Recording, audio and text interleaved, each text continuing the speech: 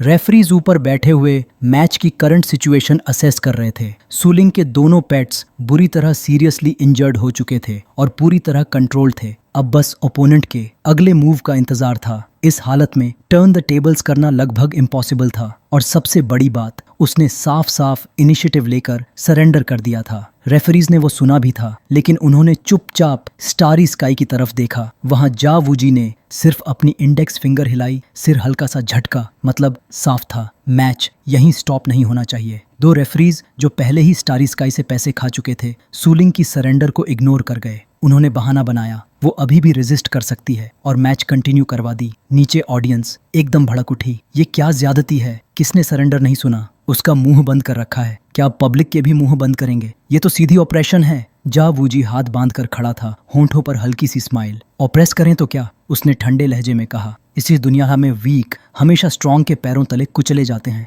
तुम्हें एक्सेप्ट करना होगा। इतना क्यों भौंक रहे हो? उसके बगल में खड़ा येंगशा सिचुएशन देखकर सेटिस्फाइड लग रहा था। अब समय आ गया है, उसने मन ही मन सोचा, हमारी यंग लेडी के एक्शन लेने का। मून ने धीरे धीरे हेवन लीनिंग स्वॉर्ड उठाई। वो आगे बढ़ी सुलिंग की तरफ, जो टेंटिकल्स में जकड़ी हुई हवा में लटकी बेबस होकर कांप रही थी। मून की आंखों में किलिंग इंटेंट साफ झलक रहा था, लेकिन सुलिंग एक शब्द भी नहीं बोल सकती थी। पूरा अरीना खामोश हो गया। ऑडियंस ने अपनी नजरें झुका लीं। कोई भी ये नहीं देखना चाहता था कि लॉन्गहैंग सिटी की आखिरी उम्मीद उनकी आंखों के सामने खत्म कर दी जाए। मून के स्वभाव को देखते हुए ये साफ था, वो सिर्फ एक सिंपल स्लैश से काम खत्म नहीं करने वाली। सबसे पहले आंखें निकालना, फिर टॉर्चर, यही उसका स्टाइल था। मुभाई खुशी से हंस पड़ा। स्टारी स्काई का विरोध करने वाले अब अपनी सजा पाने ही वाले थे। इतना मिजरेबल एंड देखकर तोंग लोंगहन और शिंद दू वोंग सन्न रह गए। एक शब्द तक नहीं निकल पाया। भले ही वो सिर्फ स्टेपिंग स्टोन्स हों, लेकिन इन स्टारी स्काई वालों के मेथड्स कभी भी अंडर एस्टिमेट करने लायक नहीं थे। सुपिंग चुपचाप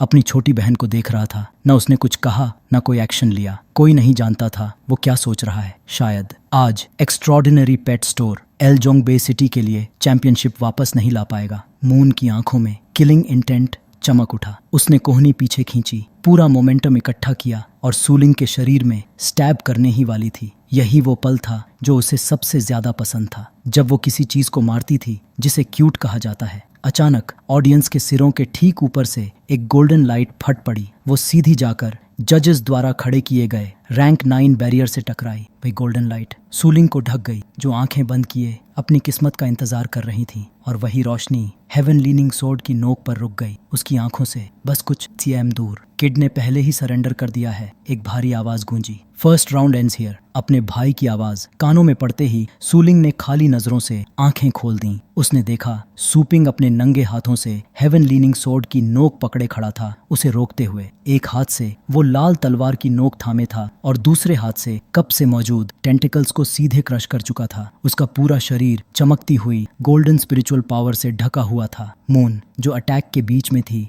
रुकना स्वीकार नहीं कर पाई। उसने तलवार आगे धकेलने की कोशिश की, लेकिन वो जरा भी हिली नहीं। मून के हाथ में पकड़ी हेवन लीनिंग स्वॉर्ड और स्टारी स्काई के लोग सब यही सोच रहे थे, ये आदमी अरीना में आखिर आया कब? और सबसे डरावनी बात, कोई भी नहीं जान पाया। पीछे मुड़कर देखा तो सबने पाया, जब वो अरीना में घुसा था तो उसने रैंक 9 प्रोटेक्टिव बैरियर में सीधा एक बड़ा होल छोड़ दिया था। लेकिन सबसे डरावनी बात ये थी, वो इतनी स्पीड से अंदर आया जैसे उसे कोई एफर्ट ही न लगाना पड़ा हो। उसने ऊपर हवा में तैरते जजेस की तरफ देखा और ठंडी हंसी के साथ स्नॉट किया। अब तक एंड अनाउंस क्यों नहीं किया? इतनी देर से इसे खुलेआम इग्नोर कैसे कर सकते हो? जज हड़बड़ा गए। उन्हें याद ही नहीं रहा कि फर्स्ट राउंड तो पहले ही सुलिंग हार चुकी थी। मून अब भी चुप थी। ये आउटकम वो नहीं था जो वो चाहती थी, लेकिन उसकी सारी अटेंशन, सारी क्यूरियोसिटी सामने खड़े इस नौजवान पर टिक चुकी थी। बाहर से देखने पर वो किसी आम पेट वॉरियर से अलग नहीं लगता था, फिर भी उसकी मौजूदगी में एक ऐसा ओवरवेलमिंग फीलिंग था जिसने मून के दिल में पहली बार फियर भर दिया। ऐसा लग रहा था जैसे कोई सन गॉड ऊपर खड़ा हो और वो नीचे खड़ी सिर्फ एक छोटा सा बेबस इंसान हो। उसकी स्पिरिचुअल पावर की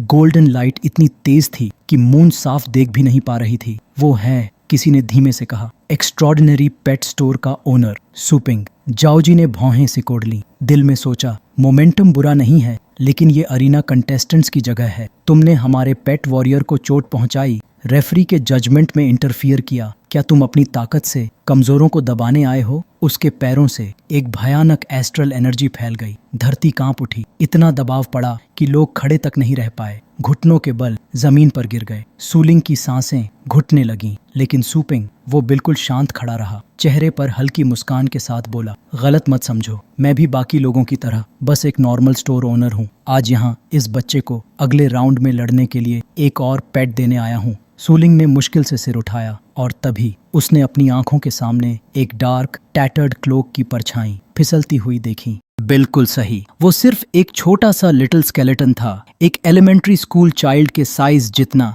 जिसने डार्क ब्लैक क्लोक पहन रखा था, बिल्कुल किसी नाइट की तरह। कब से वो सूलिंग की सुनी आंखों के सामने खड़ा था, ये किसी को पता नहीं चला। सूलिंग ने आज तक इस स्केलेटन को कभी लड़ते हुए नहीं देखा था, लेकिन जिस दिन सूपिंग ने स्कूल में टीचर के तौर पर पहली बार पद संभाला था और उसी दिन लेक्चर हॉल में उसने एक लंबी सी स्लैश खींच दी थी, तभी से उसके भाई ने अपनी बहन की जिंदगी इसी के हवाले कर दी थी। जाओ वूजी ने तुरंत पहचान लिया, यही वो लड़का है जिसने अभी ऑडियंस के लिए एक हिट झेला था। वो गरज कर बोला, हे, रेफरी में इंटरफियर करना एक बात है, लेकिन अपनी वॉर पेट को सीधे कंपटीशन में उतार देना। ये मत सोचो कि हम चुप बैठे रहेंगे। स्टारी स्काई की ताकत को सीधे ललकारना और खुलेआम एक पेट को मैदान में छोड़ देना, ये साफ साफ पब्लिक ऑपोजिशन था। वो लोग ऐसे ही देखते नहीं रहने वाले थे। विशाल कंपटीशन फील्ड के बीच सू भाई बहन और वो लिटिल स्केलेटन तीनों मिलकर बस 3 छोटे से काले बिंदु लग रहे थे। सुपिंग ने ठंडी आवाज में कहा, मेरी स्टोर में पेट रेंटिंग सर्विस है। हालांकि ये लिटिल स्केलेटन मेरा है, लेकिन मिस लिंगू ने इसे रेंट किया है। मैं बस इसे उस तक पहुंचाने आया हूँ।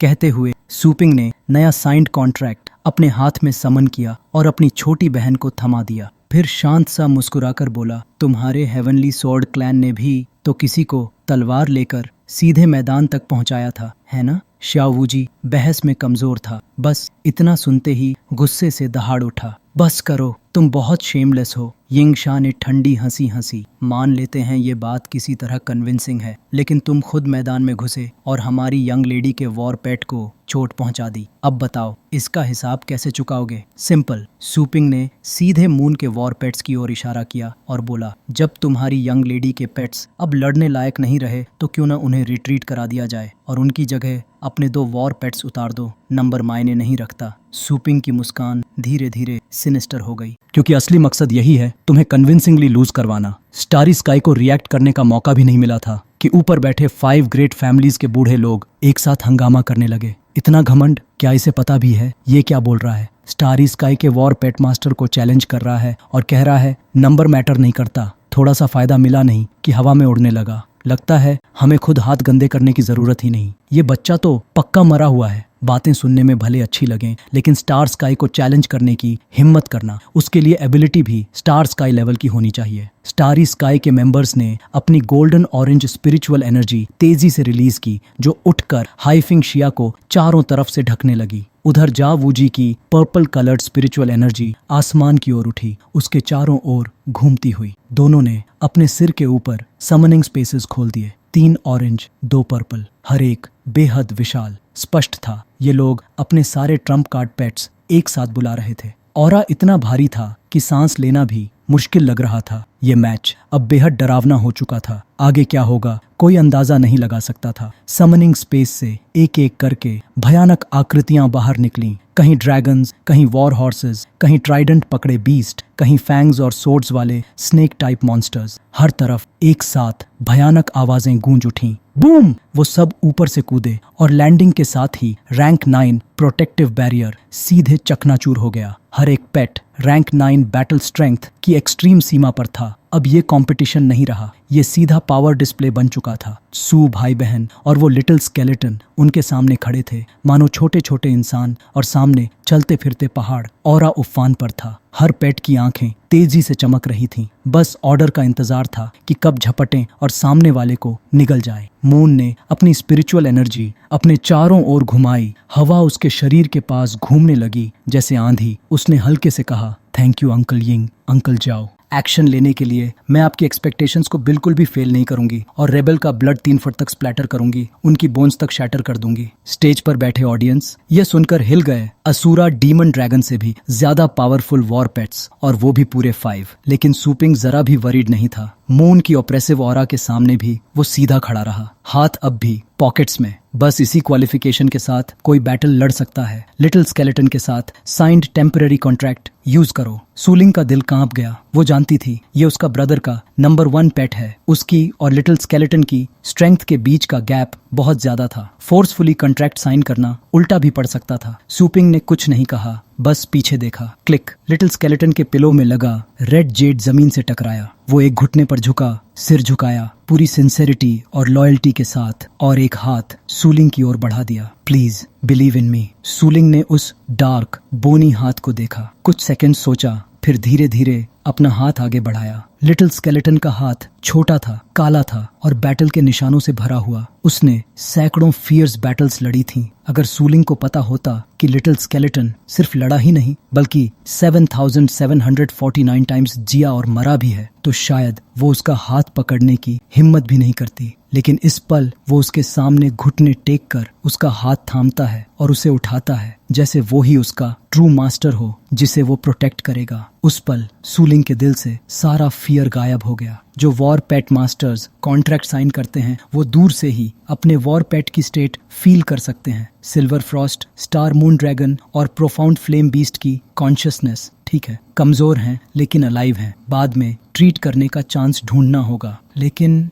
ये अजीब है, मैंने लिटिल स्केलेटन के साथ कॉन्ट्रैक्ट साइन किया है, फिर भी मैं इसे इस स्पेस में क्यों नहीं देख पा रही। अचानक वुश, पत्थर की दरार से हवा निकलने जैसी आवाज उसके पीछे गूंजी। सूलिंग ने अपने सबकॉन्शियस में लिटिल स्केलेटन का ट्रू फॉर्म देखा। एलिमेंट्री स्कूल किड जैसी अपीयरेंस के उलट वो वहां एक तरफ का रूलर बनकर खड़ा था। उसका ओवरवेलमिंग ऑरा आसपास की हवा को ढक रहा था। सूलिंग ने निगलते हुए उसकी ओर देखा। क्या ये सच में मेरे ब्रदर का कॉन्करिंग वॉर पेट है? एक स्किनी सा लिटिल स्केलेटन डार्क ब्लैक रोब में सीधा खड़ा था, जिसे फियर नाम की चीज पता ही नहीं थी। होस्ट की आवाज गूंजी, बिगिन द सेकेंड बैटल। अगर सूलिंग इस बार भी लूज करती है तो मून ऑटोमेटिकली लॉन्गहस एलिट लीग की चैंपियन बन जाएगी। अरीना के चारों ओर रैंक 9 वॉर बीस्ट्स गुर्राए और उनकी सांसों से हवा कांप उठी। धमकी भरे एटीट्यूड के साथ वो आगे बढ़े, जिससे सूलिंग एक पल के लिए वहीं फ्रोजन हो गई। पहले ही वानासुर डीमन ड्रैगन उसे स्ट्रगल करा चुका था और अब सामने पूरे 5, वो भी उससे हायर रैंक के। क्या उसके पास जीतने का कोई चांस था? और मून, जिसका पूरा शरीर स्पिरिचुअल एनर्जी से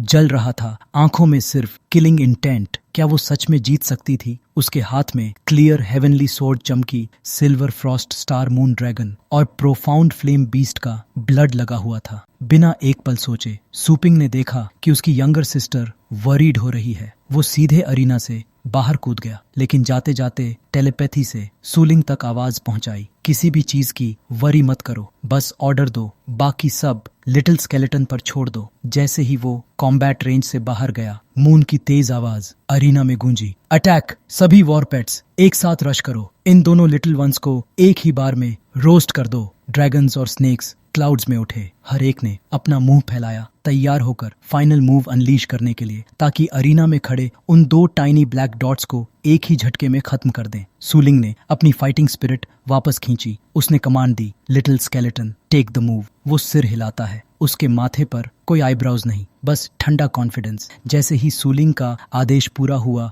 वो उसी पल गायब हो गया। अनडेड ब्लिंक, पूरा शरीर टेलीपोर्ट होकर सीधे सबसे पास खड़े रेड ड्रैगन के सामने। बूम! उसका सिर सीधे ड्रैगन के फोरहेड से टकराया। फोर्स इतना भयानक था कि ड्रैगन का चेहरा डिफॉर्म हो गया, कई दांत हवा में उड़ गए। उसे समझने का मौका भी नहीं मिला कि हुआ क्या। बजर्क स्टेट में लिटिल स्केलेटन ने अपनी चिप्ड बोन ब्लेड घुमाई, स्लैश! एक ही स्ट्राइक में रेड ड्रैगन का सिर बीच से स्प्लिट। दिमाग साफ दिख रहा था, हर तरफ ब्लड स्प्लैटर टमाटर की तरह उछलता हुआ। सीन इतना ग्रूसम था कि अरीना सन्न रह गया। मून की भौहें झटक से सिकुड़ गईं। टू फास्ट, मैं इसकी मूवमेंट्स देख ही नहीं पा रही। पर्पल हेड और सिल्वर हेड दोनों शॉक में आंखें फाड़े देख रहे थे। एक्सट्रे एमे 9th स्टेज के करीब पहुंचा वॉर पेट एक ही सोर्ड में खत्म। बाकी वॉर पेट्स अपने साथी को मरते देख झुंड बनाकर लिटिल स्केलेटन पर टूट पड़े, हथियार उसकी पीठ की ओर। लेकिन लिटिल स्केलेटन ने पीछे मुड़कर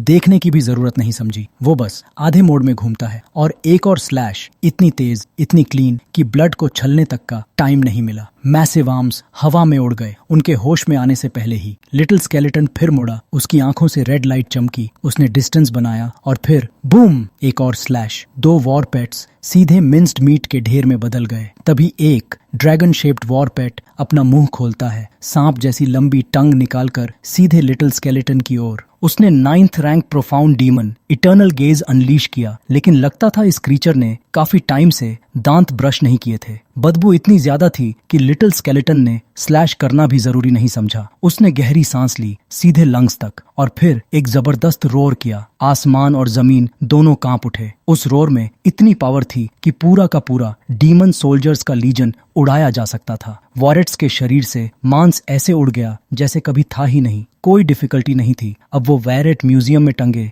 डायनासोर स्केलेटन से अलग नहीं था। एमो के चेहरे पर जो कॉन्फिडेंस था वो एक पल में स्टन्ड एक्सप्रेशन में बदल गया। मांस के ढेर सीधे उसके सामने गिर पड़े। एक 9th स्टेज वैरेट सिर्फ एक रोर से मारा गया। ये लिटिल स्केलेटन आखिर किस लेवल का सेंट है? वो होली लिटिल स्केलेटन जमीन पर उतर चुका था और उसी पल लास्ट वैरेट का थ्रोट कट कर दिया। उसका किलिंग इंटेंट इतना डरावना था कि मून कांप गई। उसने पलटकर देखा, लेकिन उसकी स्पीड के सामने कोई कुछ भी नहीं कर सकता था। श्यावुजी और यूइंगशिया समझ गए वो क्या करने वाला है। उस पल उनके दिल में सिर्फ डर था। उन्होंने चिल्लाकर अपनी यंग लेडी को सावधान किया, बी केयरफुल। मून मुड़ी और उसी पल लिटिल स्केलेटन की स्लैश सीधे उसकी चेस्ट पर, हर तरफ ब्लड स्प्लैटर। लिटिल स्केलेटन ने पलक तक नहीं झपकाई, हालांकि उसके पास आईलैशेस भी नहीं थीं। क्लियर हेवनली सोर्ड मून के सामने टूट चुका था। उसी पल मून को एक बात याद आई जो उसने बहुत पहले कहीं सुनी थी। नेचुरल वर्ल्ड में खतरनाक चीजें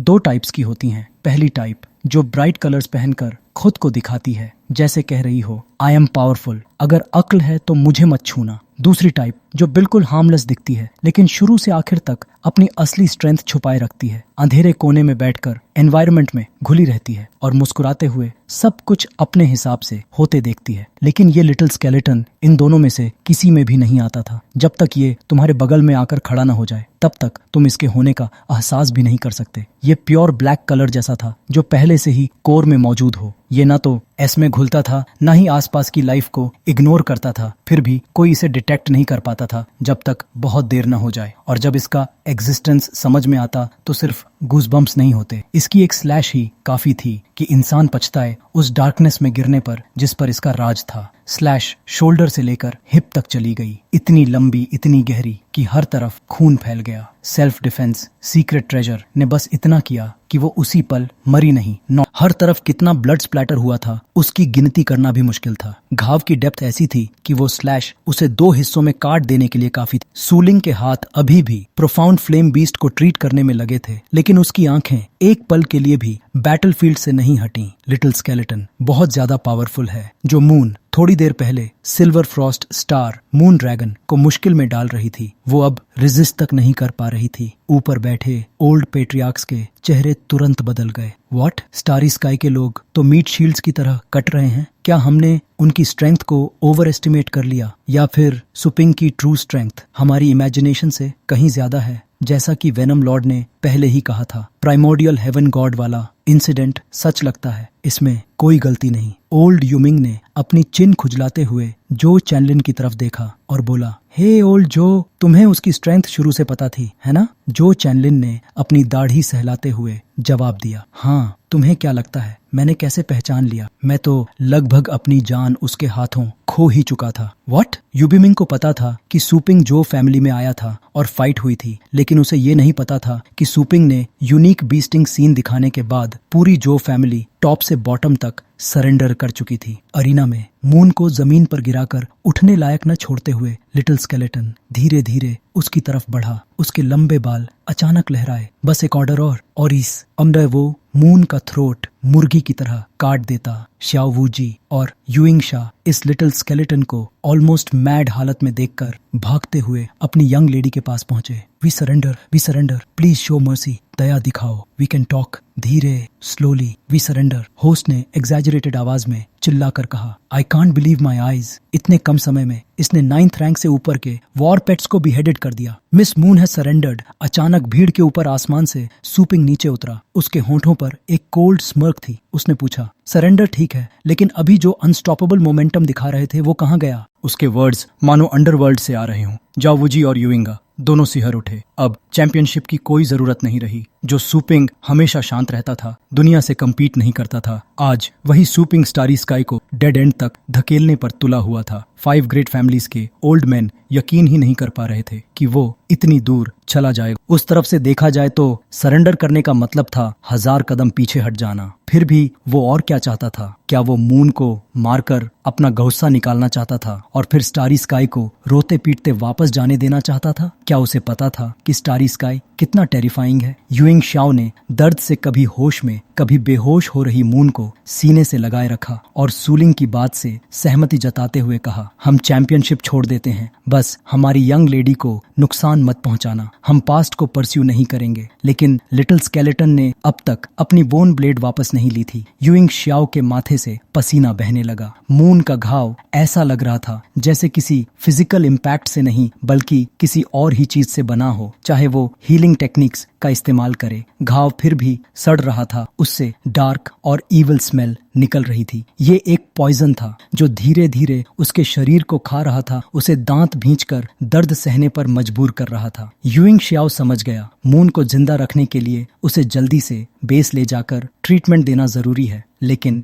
इतना आसान नहीं है। सूपिंग जमीन पर उतरा। उसके चेहरे पर खुशी से कोसों दूर एक कोल्ड स्माइल थी। उसने सामने खड़े घबराए हुए स्टारी स्काई के लोगों को देखा और व्यंग्य में बोला, अभी क्या कह रहे थे? पास्ट को छोड़ देंगे? नया साल नहीं है बड़ी। अगर मैं गलत नहीं हूँ तो तुम्हारा मतलब ये है कि गलती मेरी है क्योंकि मैंने तुम्हें छुआ, लेकिन क्योंकि तुम्हारी यंग लेडी मरने वाली है तो तुम टॉलरेंस दिखा रहे हो, है ना? उसका चेहरा और गहरा हो गया। मुस्कान में खुली धमकी थी। अब वो नाटक नहीं कर सकते थे। जाओ जी ने दांत पीसते हुए कहा, पॉइजन न्यूट्रलाइज करो, नहीं तो हम लॉन्ग जंग सिटी को जमीन में मिला देंगे। हम स्टारी स्काई के लोग हैं, हम किसे थ्रेटन नहीं कर सकते। आज हम ओनर को थ्रेटन कर रहे हैं। सूपिंग ने अपने गोल्डन क्रो डीमन बॉडी की सुनहरी मुट्ठी भींची और गहरी आवाज में बोला, कमजोर होकर भी मुंह चलाना बंद नहीं हुआ। दूसरों के हाथों में गिरने के बाद भी तुम्हें नहीं पता क्या अच्छा है क्या बुरा। तुम्हें जिंदा रखना सिर्फ फ्यूचर का थ्रेट है। उसी पल जब सूपिंग बोल ही रहा था, लिटिल स्केलेटन ने मून के गले से अपनी बोन ब्लेड हटा ली और सीधे उसका टारगेट यूइंग शाओ बन गया। उसे अच्छे से पता था, अगर सूपिंग चाहता तो लिटिल स्केलेटन एक ही वार में उसकी आंतें चीर देता बिना पलक झपकाए, लेकिन वो अब भी नहीं समझा। वो कंधा पकड़कर चिल्लाया और उसकी बांह कटकर अलग हो चुकी थी। लिटिल स्केलेटन क्लैंग की आवाज के साथ शाह की तरफ झपट पड़ा। 2 तलवारें टकराईं, चिंगारियां उड़ी। अचानक शाह ने ऊपर देखा और एक ट्रायम्फेंट स्माइल दिखाई। आखिरकार आ ही गए, हमें अटैक करने की हिम्मत की। अब तुम मरना तय है। तभी सच्चाई सामने आई। अभी तक का पूरा फेक सरेंडर सिर्फ टाइम बाय करने के लिए था, स्टारी स्काई के लिए। रीइंफोर्समेंट्स आ चुके थे। अरीना का प्रोटेक्टिव बैरियर सीधे पियर्स हो चुका था। ऊपर हवा में 10 सिलुएट्स तैर रहे थे, सब के सब रैंक 9 लेवल के लंबे क्लोक्स पहने हुए। सबसे आगे खड़े आदमी ने अपने बाएं हाथ में एक टोकन उठाया। उससे ब्लू स्पिरिचुअल एनर्जी फैलने लगी। उसने ठंडी आवाज में कहा, क्या यही है जेड किंग ऑर्डर का टारगेट? स्टारी स्काई के ये रेस्क्यूअर्स सब उड़ रहे थे। ये साबित करने के लिए काफी था कि उनकी स्ट्रेंथ कितनी टेरिफाइंग है। उनकी ऑरा ने पूरा माहौल हिला दिया। हाँ, यही है। यह सुनते ही लिटिल स्केलेटन चुपचाप अपने मास्टर की तरफ पीछे हट गया। अब जाओ जी और यूइंगा के चेहरे पर विक्टोरियस स्माइल थी। सूपिंग, इस बार तो खुद को बहुत केपेबल समझ रहा था ना? अब तू मर चुका है। सूपिंग का चेहरा एक पल के लिए कंफ्यूज्ड हो गया। जेड किंग ऑर्डर कभी सुना नहीं। तुम लोग कौन हो? ऑडियंस में बैठे पुराने पेट्रियार्क्स भी शॉक में थे। उन्होंने जेड किंग ऑर्डर तक इस्तेमाल कर लिया। ये ऑर्डर तभी निकाला जाता है जब शहर में बीस्ट लेवल थ्रेट उभर आए। एक बार ये ऑर्डर जारी हो जाए तो स्टारी स्काई अपने 39th लेवल पावर हाउसेस भेजता है ताकि उस बीस्ट को खत्म किया जा सके। यही है स्टारी स्काई ऑर्गेनाइजेशन की सबसे बड़ी ताकत और यही वजह है कि वो हमेशा सबसे ऊपर खड़े रहे हैं। टीम में से एक आदमी 6th level starry sky member जिसका टाइटल था वॉर किंग और जिसकी बैटल स्ट्रेंथ रैंक 9 एक्सट्रीम थी, उसने अपना हुड उतार दिया। गंजा सिर, ठंडी आंखें, उसने नीचे ऑडियंस को धमकाते हुए कहा, जो इस बैटल से रिलेटेड नहीं है वो यहाँ से निकल जाए। अगर असली लड़ाई शुरू हुई तो लॉन्ग हॉन्ग सिटी पूरी तरह रुइंस में बदल जाएगी। कहीं भागने का कोई फायदा नहीं। डैम इट, मैं तो सिर्फ मैच देखने आया था। अब तो घर लौटने का भी रास्ता नहीं बचा। हम मरना नहीं चाहते। ऑडियंस ने सिर पकड़ लिए। लोग रोने लगे। सूलिंग का दिमाग सुन्न हो गया। पूरा शहर डिस्ट्रॉय कर देंगे। ओ माय गॉड, ये लोग पागल हैं। मुझे मॉम को जल्दी से सिटी छोड़ने को कहना होगा। सूलिंग घबराकर अरीना से निकलने ही वाली थी कि उसके कानों में भाई की आवाज गूंजी, चिंता मत करो, मॉम दुनिया की सबसे सेफ जगह पर है। सूलिंग हैरान थी। सूलिंग को ये पता ही नहीं था कि उसका स्टोर एक इम्प्रेग्नेबल फोर्ट्रेस है। इधर सुपर वीआईपी स्टोर के अंदर अना आराम से चाय डाल रही थी और उनकी माँ को केक ऑफर कर रही थी। शुरुआत में दोनों एलीट लीग मैच देख रहे थे, लेकिन जैसे ही वो लोग आए ब्रॉडकास्ट बंद हो गया। क्या कुछ डेंजरस हुआ है? अना ने और चाय डालते हुए बिना परवाह कहा। डेंजरस? बस एंट्स हैं। पूरी कॉलोनी भी आ जाए तो भी कुछ नहीं होगा। जब सूपिंग को पता चला कि पीछे सब सेफ है तो उसकी आंखों में और भी गहराई आ गई। जेड किंग ऑर्डर के सदस्यों के समूह से कंफर्टेबल टॉकिंग करना, यह नजारा वाकई मजाक जैसा था। खुद को सेल्फ प्रोक्लेम्ड किंग्स कहकर केओस को क्वेल करने आए थे। यहाँ ऐसा होने वाला नहीं था। यहाँ अनडेड किंग खुद मौजूद था और उसने अभी तक एक शब्द भी नहीं कहा था। लिटिल स्केलेटन बाहें क्रॉस किए खड़ा था, सूपिंग की बातों को एको करते हुए। उस पल वह असामान्य रूप से टॉल और डरावना लग रहा था। तुम लोगों को पता भी है कि किंग कौन होता है? बैंगनी बालों वाला आदमी अपनी सेवर्ड आर्म को पकड़े हुए दहाड़ा। इतनी एरोगेंस? फिर दांत पीसते हुए बोला, तुम लोली लोग लगता है जीना ही नहीं चाहते। इसके बाद उसने ऊपर बैठे फैमिली हेड्स की ओर देखा और जोर से चिल्लाया, लॉन्ग हैंग के फेमस फैमिलीज, मेरा ऑर्डर सुनो। स्टारी स्काई को सपोर्ट करो और एनिमी को किल कर दो। बाद में रिवॉर्ड्स मिलेंगे। जो वायलेट करेगा उसे भी एनिमी की तरह एलिमिनेट किया जाएगा। ज्यादा कहने की जरूरत नहीं थी। सूपिंग ने सीधे टोंग फैमिली की यंग मिस्ट्रेस को स्नैच किया था। हमारा पूरा फैमिली कब से इसका हार्ट निकालकर गट्स फाड़ देना चाहता है। फ्लाइंग फेदर आर्मी कहाँ है? टोंगलान, फ्लाइंग फेदर आर्मी का इंचार्ज, अपने 8th level purple lightning falcon पर सवार होकर स्काई में प्रकट हुआ। सिर्फ एक नहीं, हजारों पर्पल लाइटनिंग फैल्कन्स एक साथ पंख फड़फड़ाते हुए उड़ने लगे और सीन अचानक केओटिक हो गया। टोंग फैमिली ने ऑफिशियली स्टारी स्काई के प्रति एलिजेंस डिक्लेयर कर दी। स्टार को सपोर्ट और सूपिंग को कैप्चर। टोंग लोंघन के इशारे पर पर्पल लाइटनिंग फैल्कन्स की पीठ पर खड़े हजारों फ्लाइंग फेदर आर्मी सोल्जर्स ने एक साथ एरोज शूट किए। अगले ही पल एरोज की रेन, तीरों की बौछार सीधे अरीना पर टूट पड़ी। इससे न सिर्फ सू सिबलिंग्स बल्कि वहां मौजूद हर व्यक्ति अफेक्टेड हुआ। सबसे पहले रूफ कोलैप्स हो गया, पत्थर गिरने लगे। ऑडियंस बस मुंह खोलकर क्राई फॉर हेल्प कर सकती थी। यह अटैक सिर्फ ऑर्डिनरी पीपल पर असर डाल रहा था। चिन शाओशन ने तुरंत रेलिंग को जंप करके पार किया और नीचे उस क्राउड की तरफ रश किया जहां ऑडियंस के पास रेजिस्ट करने की कोई एबिलिटी नहीं थी। उसने फौरन समनिंग स्पेस ओपन किया, एक गार्डियन समन किया और उसके ह्यूज बॉडी से निकलती वाइन्स से गिरते हुए रॉक्स को थाम लिया ताकि कैजुअलिटीज कम हो सकें। गपशप पसंद करने वाला डोंग मिमोन भी ऊपर देखकर बिजी हो गया। उसने देखा कि चिन शाओशान टोंग फैमिली की रैश एक्शन से बेहद डिससैटिस्फाइड था। चिन शाओशान जोर से चिल्लाया, जल्दी करो, सिविलियंस को बाहर लीड करो। यह सुनकर डोंग मिंगोंग ने उसका धन्यवाद किया। मैं इमेजिन भी नहीं कर सकता था कि टोंग फैमिली ऐसा करने की हिम्मत करेगी। यह डिस्ट्रक्टिव पावर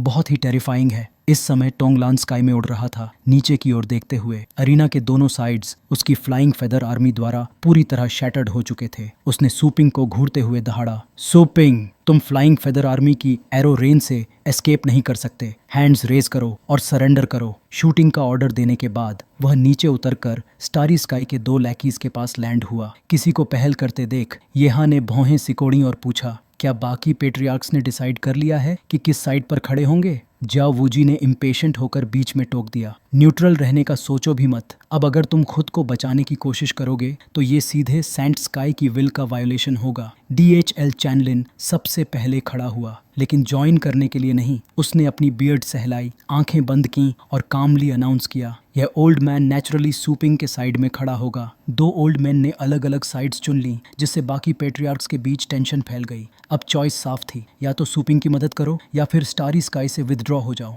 अगर गलती से रॉन्ग साइड चुन ली तो लूजिंग साइड को विनिंग साइड जरूर डील करेगी। यह सिर्फ पर्सनल ग्रीवेंस नहीं था, यह एक ऐसा फैसला था जो पूरे फैमिलीज की फेट डिसाइड कर। उनका यह डिसीजन पूरे फैमिली को उसके कॉन्सिक्वेंसेस उठाने पर मजबूर कर देगा। एक तरफ स्टारी स्काई था जिसने इतने सालों तक रूल किया था, और दूसरी तरफ एक राइजिंग फोर्स जो वेव के सबसे ऊपर खड़े होने की हिम्मत रखता था। अगर केयरफुली एनालाइज किया जाए तो स्यूपिंग अभी सिर्फ एक ही बीस्ट का इस्तेमाल कर रहा था, और फिर भी ओपोनेंट के 5 9th लेवल बीस्ट्स को स्लैश कर चुका था। उसकी स्ट्रेंथ कितनी डीप थी। दूसरी तरफ स्टारी स्काई कई सालों से हर तरह के बीस्ट रिलेटेड डेंजर्स को सॉल्व करने के लिए फेमस था। जेड किंग ऑर्डर की पावर समय के साथ सिर्फ बढ़ती गई थी, और अब वह पहले से लगभग 20 टाइम्स स्ट्रॉन्गर हो चुकी थी। हर पेट्रियार्क ने उनकी स्ट्रेंथ के बारे में सुना था, और यह सुनिश्चित था कि इसमें कोई बोस्ट नहीं था। इसके अलावा यहाँ बैठे हर ग्रेट फैमिली का प्लेफुल पेट स्टोर से कन्फ्लिक्ट रहा था, कभी चैंपियनशिप जीतने के बेनिफिट्स के लिए तो कभी स्टोर की रेप्यूटेशन को सप्रेस करने के लिए। कौन जानता, अगर आज सूपिंग की हेल्प की तो क्या वह बाद में पलटकर उन्हीं को बाइट कर ले। सूपिंग की पावर भले ही राइजिंग फोर्स थी, लेकिन वह उन फैमिलीज की ऑलरेडी अक्यूमुलेटेड वेल्थ के सामने कितनी थी। अब अगर इस मोमेंट पर खड़े होकर स्टारी स्काई से विदड्रॉ किया जाए तो रिवॉर्ड्स बेहद ह्यूज होने वाले थे।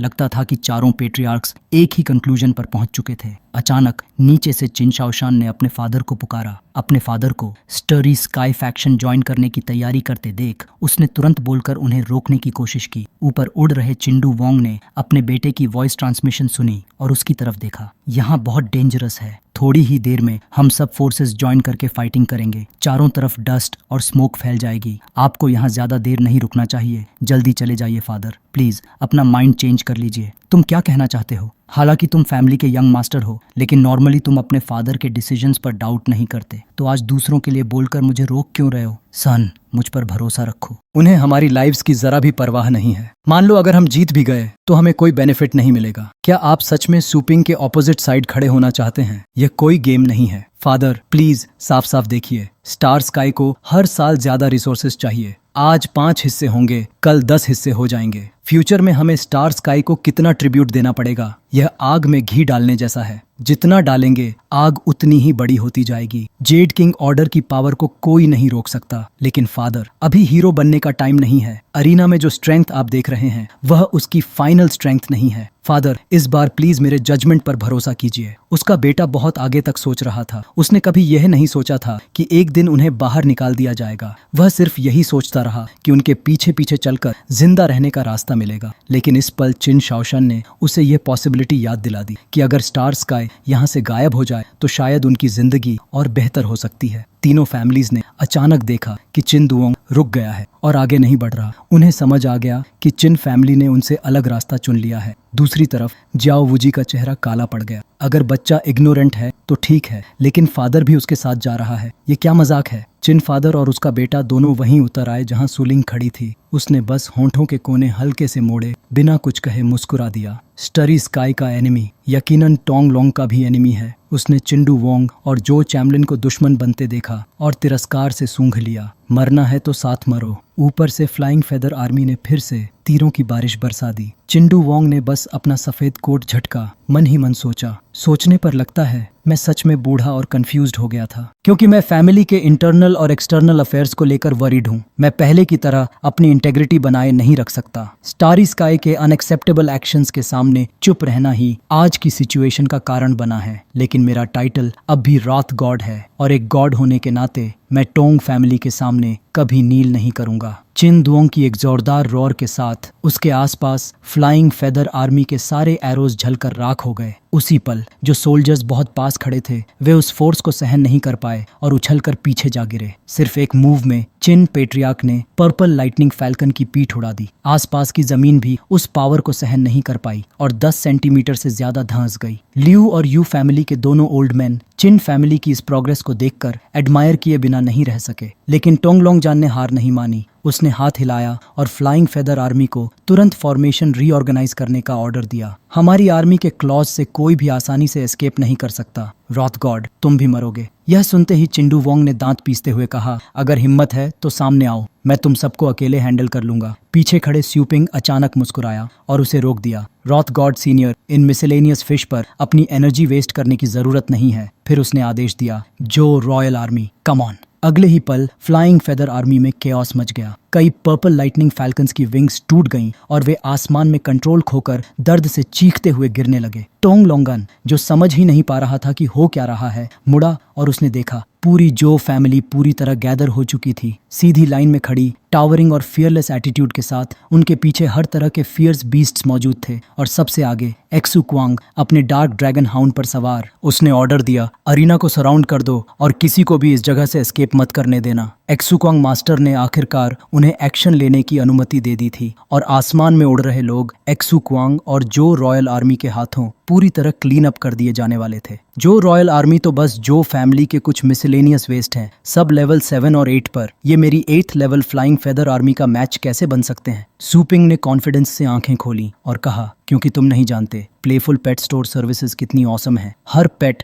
जो स्टोर में भेजा जाता है उसकी कॉम्प्रिहेंशन और कॉम्बैट स्किल्स तेजी से इंप्रूव होती है और हर फुली कॉम्प्रिहेंडेड पेट पर मेरे हाथों लाइटनिंग डाउ स्किल इंग्रेव की जाती है। ये आसमान में उड़ते उन स्टूपिड बर्ड्स से पूरी तरह डिफरेंट होते हैं। एक्सू क्वांग ने आदेश दिया, मेरे लिए सबको किल कर दो। High altitude shooters continuous lightning destruction के लिए प्रिपेयर हो जाओ। एक्सू क्वांग के ऑर्डर के साथ ही क्लियर स्काई में थंडर की तरह एक के बाद एक मूव्स एक साथ बर्स्ट हुए और बर्ड्स पर जा गिरे। वे झटके खाने लगे, उनके बॉडीज टूटने लगीं और वे हवा में ही बिखर कर नीचे गिरने लगे। Continuous lightning destruction, lightning D, ranked 982। Attack करते वक्त यह ऑटोमेटिकली नियर बाय एनिमीज को चेन करता है और सेम लेवल का डैमेज देता है। एक अटैक में 12 लोगों तक चेन बन सकती है, लेकिन यहाँ हंड्रेड्स ऑफ सच मूव्स एक साथ फायर हो रहे थे। इस हालात में फ्लाइंग फेदर आर्मी के लिए डील करना लगभग इम्पॉसिबल हो गया। अब तक इंटरवीन न करने वाले दोनों ओल्ड मैन पेड़ों की तरह खड़े होकर जो फैमिली की इस अनएक्सपेक्टेड प्रोग्रेस को एडमायर कर रहे थे। कुछ ही समय में मिसलेनियस सोल्जर्स का एक ग्रुप एक स्किल्ड फाइटिंग फॉर्मेशन में बदल गया था, ऐसी टेरिफाइंग बैटल स्ट्रेंथ के साथ जिसे वे समझ ही नहीं पा रहे थे। वे कभी नहीं समझ पाएंगे कि प्लेफुल पेट स्टोर के पास अपग्रेड करने की इतनी भयानक एबिलिटी कैसे है। इस मोमेंट पर आसमान में बर्ड्स और लोग दोनों ही तबाही के बीच फंसे हुए थे, मिक्स टुगेदर। घटना इतनी अचानक हुई कि ऊपर से नंबर्स में ओवरवेलमिंग लगने वाली फ्लाइंग फेदर आर्मी अब खुद ही फंस गई थी। वे आपस में बहुत पास पास खड़े थे और इसी वजह से एक साथ 12 टारगेट्स पर दर्जनों मूव्स चेन होकर अनलीश हो रहे थे। जो लोग अब भी पर्पल लाइटनिंग फैल्कन पर मजबूती से टिके हुए थे, वे नीचे की ओर लगातार गोल्डन एरोज की बारिश कर रहे थे, लेकिन सामने उन्हें जो रॉयल आर्मी की एक मजबूत डिफेंसिव शील्ड लाइन मिली जिससे ज्यादा डैमेज नहीं हो पाया। आगे की तरफ शील्ड्स की परतें घनी थीं और उनके पीछे से कंटिन्यूअस लाइटनिंग डिस्ट्रक्शन बिना रुके लगातार रिलीज हो रही थी। जैसे ही कोई पर्पल लाइटनिंग फैल्कन एस्केप करने के साइंस दिखाता, तुरंत उसे टारगेट किया जाता और तब तक शूट किया जाता जब तक उसके फेदर्स झड़ न जाए। टोंगलोंगन अपनी फेमस और एजाइल आर्मी को देख रहा था जो डॉज करने में माहिर थी, लेकिन अब जो फैमिली के सामने बस चलते फिरते टारगेट्स बन चुकी थी जिन्हें वे जब चाहें काट छाट सकते थे। हालांकि मौजूदा सिचुएशन कुछ ज्यादा ही कोइंसिडेंटल लग रही थी। जो रॉयल आर्मी जिन स्किल्स का इस्तेमाल कर रही थी वे खास तौर पर फ्लाई करने वाली फ्लाइंग फेदर आर्मी के खिलाफ परफेक्टली सूटेड थीं। टोंगलोंग के दिमाग में ख्याल आया, क्या उसे पहले से पता था कि मैं फ्लाइंग फेदर आर्मी को छिपाए बैठा हूँ? डैम इट, अगर लड़ाई ऐसे ही चलती रही और सूपिंग यू का एक भी बाल न गिरा तो मेरी पूरी आर्मी खत्म हो जाएगी। टोंग फैमिली की फ्लाइंग फेदर आर्मी ने पहले कभी ऐसा लॉस नहीं झेला था। आखिरकार उसने रिट्रीट का ऑर्डर दे दिया। यह देखते ही एक्सू क्वांग बोल उठा, भागना चाहते हो? उसने उंगली से फ्लाइंग फेदर आर्मी की ओर इशारा किया। एनिमी की मोराल पूरी तरह गिर चुकी है। मेरे लिए सबको डिस्ट्रॉय कर दो, एक भी बर्ड नहीं बचना चाहिए। बर्ड एग्स बचा लेना, ऑमलेट बनाने के काम आएंगे। इससे साफ था कि टोंग फैमिली अब कुछ भी नहीं कर सकती थी। तभी अचानक यांगे की आवाज गूंजी, लाइटनिंग स्ट्राइक। कोऑर्डिनेट्स पर शूट करो, 31 डिग 33 नॉर्थ, 120 डिग 16 वेस्ट। तुरंत स्टारी स्काई सिटी के बाहर स्पेस में मौजूद ब्लू स्टार सैटेलाइट तेजी से मूव हुई और उसका एक बड़ा कैलिबर गन बैरल खुल गया। ऊपर से वह सूपिंग के ग्रुप पर एक शूटिंग स्टार जैसा वार करने वाली थी। सूपिंग इन सुपरस्टिशन वाली बातों पर विश्वास नहीं करता था।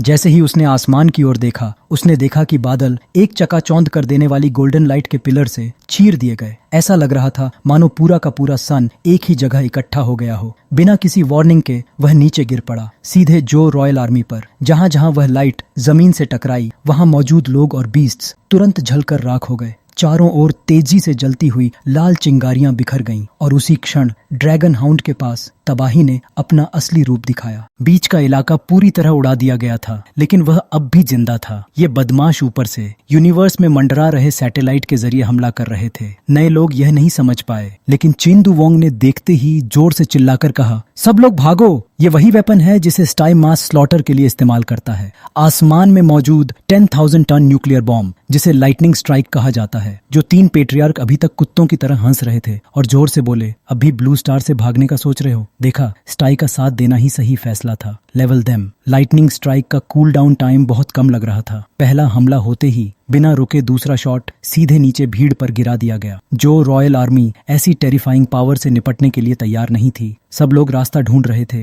लेकिन बहुत देर हो चुकी थी। स्पीड इतनी ज्यादा थी कि नीचे का पूरा इलाका लेवल होने वाला था। अचानक बोबो आसमान में काले ड्रैगन विंग्स फैल गए। लगता है तुम लोग मुझे भूल गए हो, इतने समय से मुझे एक्शन में नहीं देखा था, right? Hello bamboo dragon beast ने अपने विशाल पंख फैलाए और पूरा शरीर जो रॉयल आर्मी के आगे ढाल बनाकर खड़ा कर दिया, सीधे लाइटनिंग स्ट्राइक झेलने के लिए। उसने थोड़ा झुककर पूरा शॉट अपनी पीठ पर ले लिया, लेकिन उसकी हार्ड स्केल्स पर कोई खास असर नहीं पड़ा। यह वही आर्मर था जो उसने ड्रैगन रेस की सेल्फ रिस्पेक्ट और प्राइड के बदले सैकड़ों बैटल्स में सर्वाइवल सीखकर हासिल किया था। चारों ओर बैठे ओल्ड मैन सन्न रह गए, बस ब्लैंक आंखों से देखते रह गए। रैंकिंग में ड्रैगन का नाम बड़ा लगता है, लेकिन ऐसी आर्टिलरी के नीचे तो उसे एशेस बन जाना चाहिए था। फिर भी हेल बैम्बू ड्रैगन बीस्ट ने सबको चौंका दिया। उसने जोरदार रोर किया और 9th लेवल डिवाइन स्किल चैशन टिवे एक्टिवेट कर दी। एक स्फेरिकल गोल्डन शील्ड फैल गई, जिसने लाइटनिंग स्ट्राइक को रिपेल कर दिया और नीचे मौजूद सभी पीपल और बीस्ट्स को कवर कर लिया। शुरुआत में वह शील्ड सिर्फ जो रॉयल आर्मी को कवर कर पा रही थी, लेकिन चाशन टीवे तेजी से एक्सपैंड होती चली गई। चारों तरफ खड़े पिलर्स देखकर साफ था, इस स्किल की डिफेंस बेहद रिलायबल थी। 3-4 और आर्टिलरी शेल्स भी डाल देते तो भी शायद कुछ नहीं बिगड़ता। ये स्टारी स्काई वाले सच में कुछ एबिलिटी रखते हैं, किसी ने धीमे स्वर में कहा। अनएक्सपेक्टेडली उन्होंने मैदान में अभी अभी उतरे हेल बैम्बू ड्रैगन बीस्ट को अपनी स्ट्रॉन्गेस्ट स्किल इस्तेमाल करने पर मजबूर कर दिया। पहले चाहे 9th लेवल के कितने ही फियर्स बीस्ट्स क्यों न हो, लाइटनिंग स्ट्राइक की आर्टिलरी के नीचे सब स्मोक बन जाते थे। फिर ऐसा वॉर पेट कैसे हो सकता है जो इसे डायरेक्टली रेजिस्ट कर ले? इसके बाद उसने बॉल्ड गैंजे की तरफ देखा और हल्की स्माइल के साथ कहा, मैंने तुम्हें यहाँ तक टेस्ट कर लिया है और सच कहूँ तो तुमने मुझे काफी सेटिस्फाई किया है। वह बस यही कह रहा था कि, लेकिन दिल ही दिल में वह उसे कोस रहा था। मैंने तो सोचा था ये बस एक ऑर्डिनरी किड है, पर अनएक्सपेक्टेडली इसकी स्ट्रेंथ बाहर दिखने से कहीं ज्यादा गहरी है। अगर ऐसा है तो पूरी आर्मी को एक साथ झोंकना पड़ेगा। उसने तुरंत वहां मौजूद सभी लोगों को कमांड ट्रांसफर की और सबको आदेश दिया कि अपने अपने वॉर पेट्स बाहर निकालो और चैलेंज फेस करो। जेड किंग ऑर्डर के मेंबर्स और अलग अलग पेट्रियार्क्स ने एक साथ हाथ उठाए, समनिंग स्पेस खोली और सूपिंग का सामना करने के लिए अपने सबसे पावरफुल वॉर पेट्स बाहर बुला लिए। स्पेस रिफ्ट्स बेहद विशाल थे, हर एक इतना बड़ा कि आसमान फटता हुआ लग रहा था। 9th लेवल वॉर पेट मास्टर्स की लाल नारंगी समनिंग लाइट से पूरा आकाश चमक उठा और आसपास की हवा डरावनी तरह से सप्रेस हो गई। सुलिंग और चिन शाओशान जैसे यंग लोग ड्रैगन्स की पावर से दबे हुए थे, पसीने में भीगते हुए भी खड़े रहे, पूरी ताकत से रेजिस्ट करने की कोशिश करते हुए। वॉर पेट्स की भीड़ होराइजन तक फैल गई थी। फ्लाइंग ड्रैगन से लेकर ह्यूमनॉइड डीमंस तक सब तरह के मॉन्स्टर्स मौजूद थे। इन सब का एक ही कॉमन पॉइंट था, ये सब बेहद फियर्स थे। यही ब्रूटल सीन था जिसकी बदौलत स्टरी स्काई इतने सालों से मजबूती से खड़ा रहा और अपनी फाइटिंग एबिलिटी पर घमंड करता आया। इसी ताकत के दम पर उसने जब चाहा तब कई सिटीज आसानी से टेक ओवर कर लीं। सबसे आगे यांगे हवा में उड़ते हुए चिल्लाया, एंटायर आर्मी अटैक! लोग और वॉर पेट्स आपस में मिलकर आगे बढ़ पड़े। काले और बैंगनी रंग की आधी आधी लहर सीधे सूपिंग के ग्रुप की ओर टूट पड़ी। इस पल सूलिंग ने मुट्ठियां कस लीं, लड़ाई के लिए खुद को तैयार करते हुए। मुझे पहले लिटिल स्केलेटन के इस्तेमाल का अधिकार वापस लेना होगा। इस बार जिंदा रहने के लिए मुझे खुद एक्शन लेना पड़ेगा। इतने लंबे समय से अकेले लड़ते आ रहे सूलिंग के पास सिर्फ लिटिल स्केलेटन था और उसे किसी और मदद की जरूरत नहीं थी। जब तक उसकी छोटी बहन सुरक्षित थी, वह बेझिझक बैटल में उतर सकता था। सूलिंग का ख्याल ख्याल रखना, उसने कहा। मैं वापस आऊंगा। चिंदू वोंग को लगा कि वह कुछ चूक गया है। जाओ और जिंदा लौट आना। दुश्मन स्टारी स्काई है, वो ताकत जो किंग्स को किल कर सकती है। क्या ये कोई ऐसी चीज है जो आसानी से सॉल्व हो जाए? सुपिंग ने हल्के से हाथ हिलाया लिटिल स्केलेटन की तरफ, और अगले ही पल सुपिंग और लिटिल स्केलेटन दोनों ब्लैक रेड ऑरा में फट पड़े और लिटिल स्केलेटन धीरे धीरे गायब हो गया। ये स्किल थी chaotic star wheel reincarnation blade. तो वो बच्चा एक इंसान और एक पेट को कंबाइन कर रहा है। इतनी कम उम्र में एक लेजेंडरी लेवल का इंसान ये टेक्निक यूज कर सकता है। सच में जितना ज्यादा जीते हो उतनी ही दुनिया बड़ी लगने लगती है। लेकिन यान ने दुश्मन को अंडर एस्टिमेट नहीं किया। उसने आदेश दिया, गार्ड डाउन मत करना। कंबाइन होने के बाद भी वो अभी लेजेंडरी लेवल पर ही है। अभी उसे एलिमिनेट करने का सबसे बेस्ट टाइम है। जिस पल सुपिंग ने बाकी स्टार पेट्स की जगह लिटिल स्केलेटन के साथ फ्यूजन किया, यान को बीस्ट सोल का पूरा फॉर्म दिख गया, एक बेहद एजाइल फॉर्म। मैं तुम्हें असली लेजेंडरी लेवल और नकली वाले के बीच का फर्क चखाऊंगा। पहली रो के बड़े बड़े पेट्स झपट पड़े, कोई शार्प क्लॉज से, कोई जायंट फिस्ट से, कोई चमकती हुई ब्रूम से। सब सुपिंग पर टूट पड़े जो वहीं खड़ा था। उसने दोनों हाथ उठाए, आपस में टकराए और फिर वॉइड के अंदर से धीरे धीरे एक तेज पर्पल लाइट खींचकर बाहर निकाली, जिसमें अनडेड एनर्जी की धाराएं लिपटी हुई थीं। ये मत समझना कि सिर्फ इसलिए कि लिटिल स्केलेटन एक ब्रोकन बोन ब्लेड यूज करता है उसका फ्यूजन फॉर्म भी बेकार होगा। सुपिंग ने जो बोन ब्लेड निकाली उसकी लंबाई लगभग उसके शरीर के बराबर थी। हिल्ट से लेकर ब्लेड तक पूरा हथियार घनी एनर्जी से भर रहा था, जैसे लड़ाई के लिए बेचैन हो। अगर सिर्फ लिटिल स्केलेटन अकेले लड़ रहा होता तो वो सीधे दुश्मन के पेट पर कूदता, हवा से बोन ब्लेड निकालता और जहां मन करता वहां स्टैब करता। उसका हॉबी ही यही था, अपने छोटे साइज और खौफनाक स्पीड का फायदा उठाकर फॉर्मेशन के अंदर घुस जाना बिना रिएक्शन का मौका दिए। इसीलिए मून को लगता था कि लिटिल स्केलेटन शैडो में घुलने वाला असैसिन है जो तब दिखता है जब कोई उम्मीद नहीं करता। लेकिन सुपिंग अलग था। वो कोई एलिमेंट्री स्कूल साइज का लिटिल स्केलेटन नहीं था। उसने शुरुआत से ही बोन ब्लेड थाम रखी थी। वो शांत खड़ा रहा, बड़े पेट्स को उड़ते हुए अपनी तरफ आते देखा और फिर एक ही स्लैश, इतना साफ, इतना ब्रूटल कट कि उन बीस्ट्स के बॉडीज दो हिस्सों में बांट गए। एक भी एक्स्ट्रा मांस का टुकड़ा नहीं बचा। ये बस एक छोटा सा वार्म अप था। एक ही वार में 3 पेट्स कट गए, लेकिन इतना ही काफी था कि किंग स्लेइंग ऑर्डर के लोगों की पेशानी पर पसीना आ जाए। ये वही लोग थे जो 5 कॉन्टिनेंट्स और 4 सीज जीतने का सपना देखते थे। उन्होंने कभी किसी को नहीं देखा था जो इतनी बेधड़क एक ही स्लैश में पेट्स को इस तरह काट दे। स्टार स्काई के लोगों में खलबली मच गई। फ्रंट रो गिर चुकी थी। पीछे की आर्मी ने तुरंत उनकी जगह भर दी, स्ट्रेंथ और रैंक 9 डिफेंस के सहारे सुपिंग की एडवांस को रोकने की कोशिश में। लेकिन बोन ब्लेड बिना रुके चलती रही। फ्रंट लाइंस में खड़े स्टारी स्काई के लोगों को लगातार काटती हुई, किसी को भी रिएक्ट करने का मौका नहीं देती। असल में सुपिंग का यहाँ रुककर एक एक पेट को काटते रहने का कोई इरादा नहीं था। हाथ थका देने वाला काम। वो हमेशा अपनी छोटी बहन को यही सिखाता था, बैकमैन खड़े पेट वॉरियर्स को अटैक करो। आज वो खुद पर्सनल डेमो देने वाला था कि इसका इफेक्ट कितना भयानक होता है। जैसे ही पेट्स ने अपने मास्टर्स खोए, वो बेकाबू हो गए। ऑर्डर्स फॉलो करने वाला कोई नहीं था। किलिंग इंटेंट तो बचा था, लेकिन वो ऐसे हो गए जैसे बिना सिर के सांप,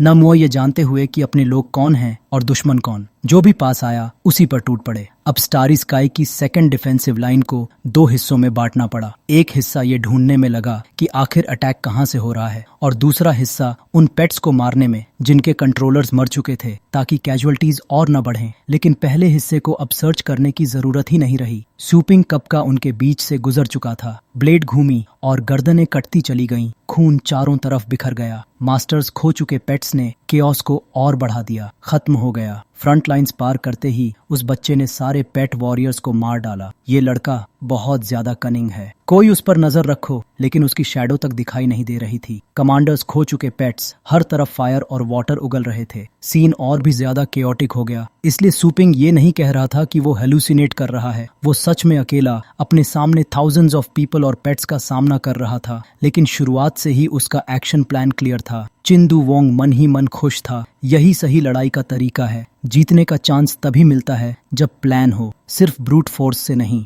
बीस्ट किंग्स को शायद स्टारी स्काई के लोग धीरे धीरे सप्रेस कर सकते हैं, लेकिन इंसानों के साथ ऐसा नहीं होता। जैसे ही पेट वॉरियर मरता है, उसके समन्ड पेट्स का कॉन्ट्रैक्ट टूट जाता है और वो वाइल्ड बीस्ट्स बन जाते हैं। ऐसे में नंबर्स का एडवांटेज सीधा डिसएडवांटेज बन जाता है। सबसे इंपॉर्टेंट बात यह थी कि सुपिंग लेजेंडरी लेवल ट्रांसमिटर था। उसका बेटा जवान था, लेकिन नाइव नहीं। उसने बहुत सही साइड चूज की थी। चिंदू वोंग को यह देखकर बहुत पसंद आया। उसने अंगूठा उठाया, जैसे बता रहा हो कि फादर सन रिलेशनशिप माउंट ताई जितनी मजबूत होती है। चिन शाओशन को नहीं पता था कि उसके पिता पेट स्टोर के ओनर की तारीफ कर रहे हैं। उसे समझ ही नहीं आया कि वो थम्स अप किस लिए था। कम से कम स्टारी स्काई में कोई तो था जो दिमाग इस्तेमाल करता था, सिर्फ ऑर्डर्स चिल्लाने और पेट्स बुलाने वाला नहीं। भीड़ में से किसी ने हाथ हिलाया जहां चिन फादर सन और सूलिंग खड़े थे, जहां पहले सू पिंग खड़ा था। ट्रूप्स उसी तरफ इकट्ठा हो गए, किल की आवाजों के साथ। सूलिंग अभी संभली नहीं थी, उसके पेट्स बुरी तरह इंजर्ड थे। इतनी सारी रैंक 9 ट्रूप्स को एक साथ अपनी तरफ आते देख उसका चेहरा पीला पड़ गया। तभी बूम, सबने देखा चिन दुवोंग नंगे हाथों से एक विशाल पेट को रोकते हुए खड़ा था। जो कोई भी सूपिंग तक पहुंचना चाहता है उसे पहले हमारा गेट पार करना होगा। सॉन चिन शाओशन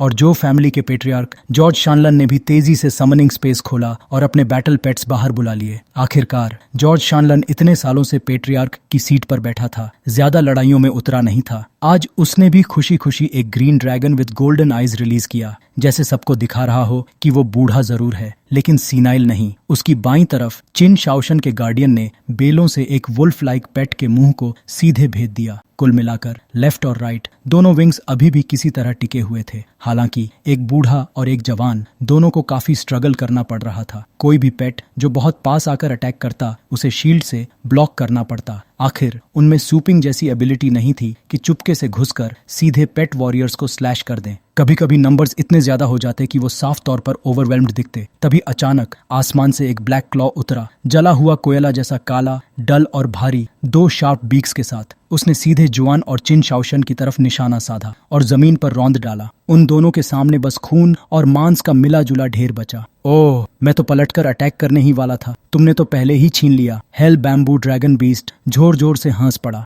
बिल्कुल भी थका नहीं। उसकी पावर डरावनी थी, सिर्फ ऐसी डिफेंस नहीं जो हेवन लीनिंग सीट तक झेल ले, उसकी अटैक पावर भी सेम लेवल के एनिमीज को आसानी से क्रश कर सकती थी। अकेले खेलना, इसके सामने कौन टिक सकता था? लेकिन अभी सब खत्म नहीं हुआ था। सूलिंग के पास सिर्फ पेट्स ही नहीं थे, उसके पास उसका प्यारा स्टूडेंट भी था। एक्सु क्वांग डार्क ड्रैगन हाउंड पर सवार होकर बैटलफील्ड में कूद पड़ा, चारों तरफ मौजूद मिसलेनियस लोगों को बॉम्बार्ड करता हुआ, अपनी जूनियर सिस्टर सूलिंग को प्रोटेक्ट करता हुआ, ताकि वो बेफिक्र होकर फाइट जारी रख सके। कई महीनों से एक्सु क्वांग और डार्क ड्रैगन हाउंड साथ साथ लड़ रहे थे। एक्सु क्वांग को पेट की हर स्ट्रेंथ और हर वीकनेस साफ पता थी, इसलिए पहला मूव उसने फेंका, थंडरस फियर्स किलिंग डोमेन। जो लोग यहाँ तक देख चुके हैं और भूल गए हैं उनके लिए याद दिला दूं, राउस फियर्स किलिंग डोमेन वो 77 ऑड डाउ ऑफ थंडर है जिसे सूपिंग ने डार्क ड्रैगन हाउंड के लिए एंग्रेव किया था उसके हेवनली ट्रिब्यूलेशन पार करने के बाद। सूपिंग के पास पेट्स के लिए सीधे डाउ ऑफ थंडर स्किल्स एंग्रेव करने की एबिलिटी थी, इसीलिए इस स्किल पर थंडर सिस्टम की गहरी छाप थी जो 10 मीटर रेडियस के अंदर मौजूद हर एनिमी को इलेक्ट्रीफाई कर देती थी। एक्सु क्वांग डार्क ड्रैगन हाउंड की पीठ पर सवार सीधे दुश्मन की उस फॉर्मेशन में घुस गया जो चींटियों की तरह घनी थी। उसने थंडरस फियर्स किलिंग डोमेन की शील्ड एक्टिवेट की। डिफेंस और अटैक दोनों को एक साथ इस्तेमाल करते हुए तेजी से सब कुछ स्वीप करता चला गया।